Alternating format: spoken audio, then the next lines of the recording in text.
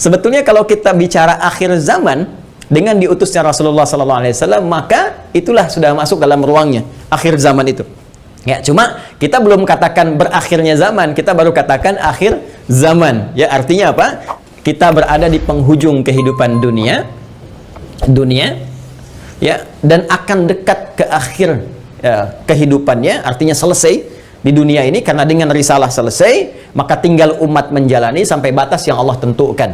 Ya, batas waktu yang telah Allah tetapkan, kalau menunjuk kepada waktu spesifiknya, detiknya, menitnya, sampai jamnya, disebut dengan sa'ah namanya, as-sa'ah. Ya. Nanti di periode ini ada kejadian-kejadian, ya, di mana segala hal bisa muncul, ya, bisa terjadi banyak hal, nanti kita sebutkan, baik itu nanti huru-hara, baik itu banyak musibah, baik itu nanti selesai kehidupan, wafat, bangkit, sesuatu terjadi, sesuatu yang banyak terjadi, bangkit dan sebagainya, disebut dengan qiyamah namanya. Ya, asalnya qiyam, sifatnya ditambah ta, disebut dengan qiyamah. Karena itu nanti peristiwanya disebut dengan yaumul qiyamah. Yaumul qiyamah. Ya. Nanti ada surah Al-Qiyamah, surah ke-75, gitu kan? La uqsimu biyaumil qiyamah. Ini peristiwanya. Tapi kalau kita ingin menunjuk kepada waktunya spesifik, ya, berakhir nih waktunya, selesai, sehingga terjadi kiamat yang dimaksudkan. Kita serap ke dalam bahasa Indonesia menjadi kiamat. Ya, berakhir waktunya disebut dengan sa'ah. Sa'ah menunjuk kepada, kalau sekarang dalam bahasa Arab standar sekarang sa'ah disebut jam. Ya, jam ada detiknya, kan sa'alan. Jam berapa sekarang? Ya, sampai ke detiknya, sampai ke menitnya dan seterusnya, itu menunjuk kepada waktu ini disebut dengan sa'ah. Ya, karena itu teman-teman sekalian, ketika Allah menegaskan kapan terjadi tepatnya terjadi kiamat ini, menunjuk pada waktunya, itu hanya milik Allah Subhanahu wa taala, prerogatifnya. Ya, karena itu di Quran surah ke-31 Luqman, di ayat ke-34, ayat terakhir, hal pertama dari 5 hal yang menjadi hak prerogatif Allah, kalimatnya langsung menggunakan kata sa'ah. Innallaha 'indahu 'ilmus sa'ah. Ini kalimatnya menggunakan apa? Sa'ah. Ya, di hadis Muslim nomor hadis yang ke-8 disebut dengan hadis Jibril, ya, alaihissalam, ketika beliau bertanya, mengonfirmasi kepada Rasulullah, ya, Sayyidina Muhammad sallallahu alaihi wasallam, bertanya tentang kapan tepatnya terjadi kiamat. Maka kalimat terakhirnya ketika bertanya tentang iman, Islam, ihsan, mata sa'ah. Mata sa'ah, kapan tepatnya terjadi kiamat? Nabi menjawab, mal mas'ulu anha bi'alama minas sa'il. Kenapa penting saya sebutkan ini? Nah, ada langsung firman Allah dalam Al-Quran, pembuka satu surah, di surah ke-54 Al-Qamar. Ya, Al-Qamar. Dalam pandangan Allah, Allah menyebutkan bahwa ketika Rasulullah diutus sebagai Rasul di akhir zaman, artinya zaman ini terakhir dalam kehidupan, nggak ada nanti umat yang baru lagi, nggak ada Rasul diutus lagi dan sebagainya. Itu sudah Allah mendeklarasikan satu pembuka kalimat dalam firman yang sangat singkat tapi tajam sekali. Iqtarabatis sa'ah. Iqtarabatis sa'atu wansyaqqal qamar. Quran surah ke-54 ayat yang pertama. Jadi Allah sudah menyampaikan sejak Nabi SAW diutus kurang lebih 15 abad yang lalu, kan? Allah menyampaikan iqtarabatis sa'ah. Ya, masa itu sudah dekat. Ya, jadi sejak diutusnya Nabi, Allah sudah mendeklarasikan, sudah menyampaikan, ya, menginformasikan pada seluruh hambanya bahwa ini kejadian ini sudah dekat. Ya, dengan diutusnya Rasulullah, bahwa zamannya akan berakhir. Cuma dekatnya dalam konteks firman Allah dengan pandangan kita tentu sangat berbeda. Ya, karena dimensinya tidak serupa, sifat-sifatnya jauh berbeda, kan? Maka demikian pula memahami firman Allah tidak menggunakan pendekatan akal manusia. Jangan kita katakan dekat dengan ukuran kita, tidak. Lihat ukuran Allah. Ya, di mana ukuran Allah? Lihat surah Al-Ma'arij misalnya, ayat yang ke-6. Innahum yarawnahu ba'ida wa narahu qariba. Ya, mereka melihatnya masih panjang, kami melihatnya dekat. Kenapa? Karena ukuran waktu di sisi Allah, ya, itu sudah nggak pakai ukuran standar manusia lagi. Beda dimensinya. Ya, kita keluar dari wilayah kita saya di Indonesia dengan Malaysia sudah beda 1 jam. Ya, kita bisa ke Amerika, ke Kanada, itu sudah beda terbalik. Bisa di sini siang, sana malam. Ya, baik. Jadi apalagi kita ukur dengan konteks kehidupan akhirat.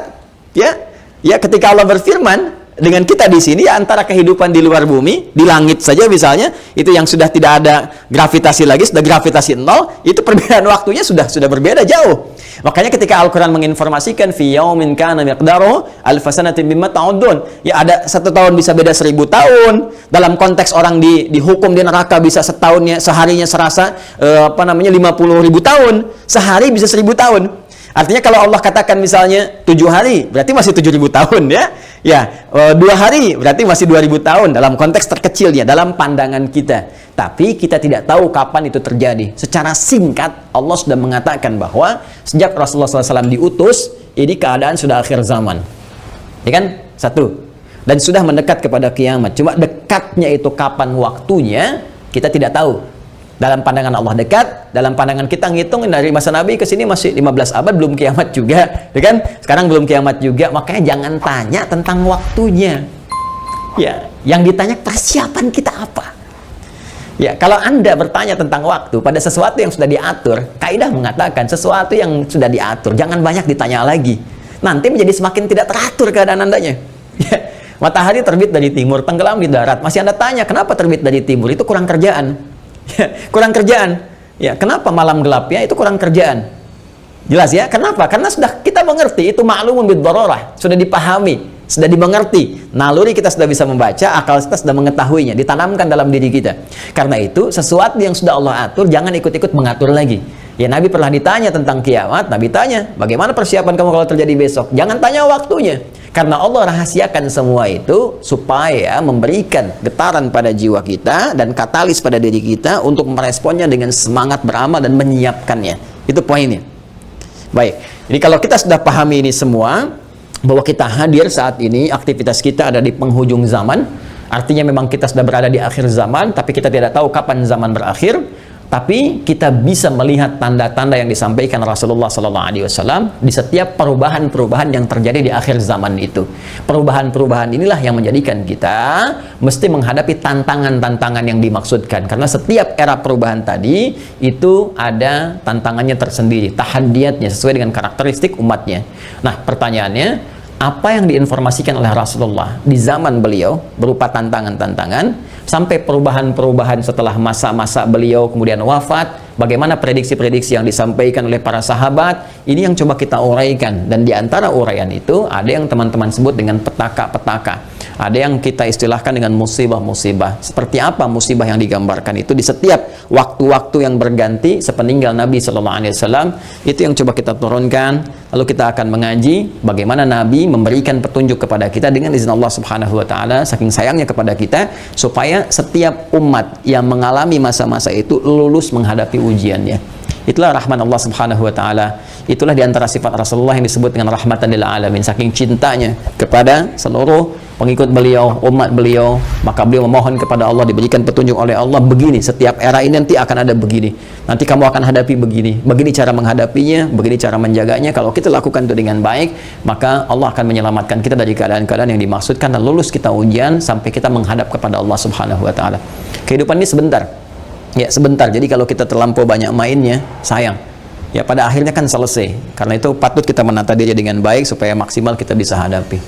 Nah, mari kita turunkan. Kalau sudah paham ini, mohon maaf ya, saya izin hapus dulu. Bismillah. Saya berikan kesimpulan dulu sejenak. Jadi jangan lantas nanti diartikan akhir zaman, kiamat gitu kan, padahal kita juga sedang di akhir zaman sekarang. Dan Rasulullah diutus Rasul akhir zaman. Sekarang kita ustadznya ustadz akhir zaman gitu kan. Dan kalau ada presiden akhir zaman, menteri akhir zaman, lurah akhir zaman, termasuk juga sekolah-sekolah akhir zaman dan sebagainya. Tapi zaman itu sampai berakhir seperti apa tahapan-tahapannya, bagaimana ujiannya, itu yang kita lihat ya. Di kesimpulan pertama, 1, tentang akhir zaman sudah kita bahas ya, adalah satu era terakhir ya, era terakhir dari umat manusia yang beraktivitas ya kan di bumi. Ini dia era terakhir dari umat manusia yang beraktivitas di bumi. Jelas ya? Nah, ditandai dengan diutusnya Rasul terakhir yaitu Rasulullah Sayyidina Muhammad sallallahu alaihi wasallam, kan? sallallahu alaihi wasallam. Kemudian karena siap Rasul itu membawa petunjuk, juga diberikan petunjuk berupa hudan terakhir. Itu berupa Al-Quran. Karena Al-Quran pun ketika diturunkan Allah menyebut dengan hudan. Buka Quran surah kedua Al-Baqarah di ayat 185. Syahrul Ramadan alladzi unzila fihi al-Quran hudan linnas. Ya, hudan linnas wa bayyinatin minal huda wal furqan. Baik, sekarang dari sejak diutusnya Rasulullah sudah masuk akhir zaman, bagaimana perjalanan? Nah, kalau kita turunkan dari sini di masa Rasulullah SAW, Rasul ya SAW sampai dengan kita sekarang, ya. Sampai kita sekarang di masa kini kurang lebih ada sekitar 15 abad. Nah, sekarang kita akan bicara tentang bagaimana Rasulullah SAW menyampaikan tentang berita-berita nubuat itu tentang berita besar yang terjadi dibawa oleh utusan. Ya, orang menyampaikan nubuat disebut dengan nabi, pembawa berita besar. Beritanya disebut dengan naba, karena itu ada surah An-Naba. Ya, amma yatasadun 'anin naba'il 'azim, ya.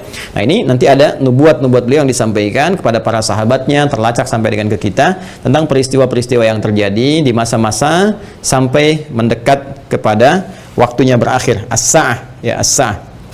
Ya.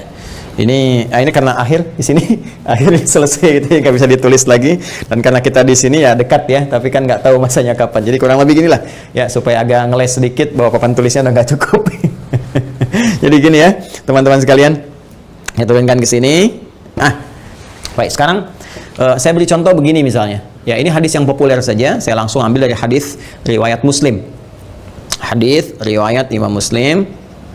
Ya, nomor hadis yang ke-8. Nanti ada bab tentang iman, Islam dan ihsan. Ya, dikenal juga dengan hadis Jibril dan banyak dikutip oleh para ulama, termasuk juga Al-Imam An-Nawawi dalam Al-Arba'in. Dari 42 hadis beliau mengutip ini, teman-teman sekalian, di hadis yang kedua setelah innamal a'malu binniyat, masuk hadis ini. Ya, an Abi Hafs Umar bin Khattab radhiyallahu taala anhu, qala bainama nahnu julusun 'inda Rasulillah sallallahu alaihi wasallam, ittala 'alaina rajulun shadidu bayadit thiyabi, shadidus sawadis sa'ri, la yura 'alaihi atharus safari. Nah, kemudian setelah itu dia datang kepada Nabi sallallahu alaihi wasallam, fajalasa ila Nabi sallallahu alaihi wasallam, fasnada rukbatayhi wa wada'a kaffayhi ala fakhidhihi, faqala ya Muhammadun akhbirni 'anil Islam, dijawab oleh Nabi, akhbirni 'anil iman, dijawab oleh Nabi, akhbirni 'anil ihsan, dijawab oleh Nabi, terakhir kemudian mata sa'ah. Ya, bertanya tentang tanda-tanda as-sa'ah. Kapan ini ya terjadi tepatnya kiamat? Nabi menjawab, mal mas'ulu anha bi'alam min as-sa'il. Ya, tidaklah yang ditanya lebih tahu daripada siapa yang bertanya. Ya, tidaklah yang ditanya lebih tahu daripada yang bertanya. Jadi yang ditanya Rasulullah SAW ini kan Jibril, dekat dengan Allah. Allah Subhanahu Wa Taala berikan wahyu lewat Jibril sampaikan kepada Rasulullah. Tentunya ya malaikat Jibril lebih tahu dibandingkan dengan saya. Ya, ini juga pertanda ada dua hal. Pertama, pertanda ujian yang disampaikan malaikat kepada Nabi Muhammad supaya tidak mengarang sesuatu di luar apa yang Allah wahyukan kepadanya. Dan ini membenarkan risalah Nabi Muhammad SAW. Yang kedua juga salah satu pertanda bagaimana ta'zimnya, ya, kagumnya malaikat Jibril pada Nabi Muhammad karena merasa Rasulullah lebih dekat dengan Allah Subhanahu Wa Taala.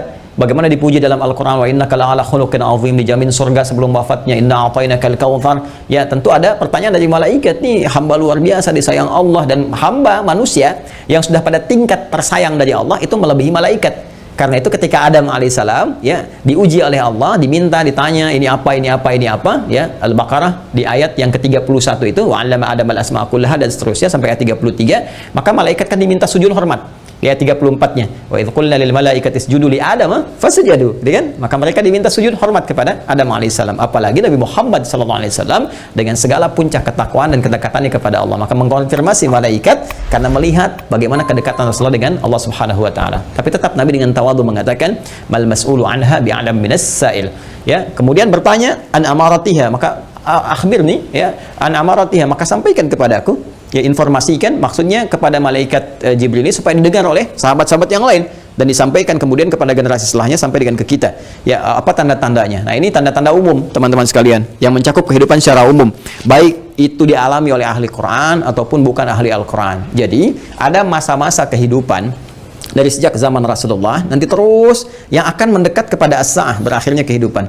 Apa diantaranya? Ini banyak hadisnya ya. Ini saya baru ambil salah satu, gitu kan? Salah satu.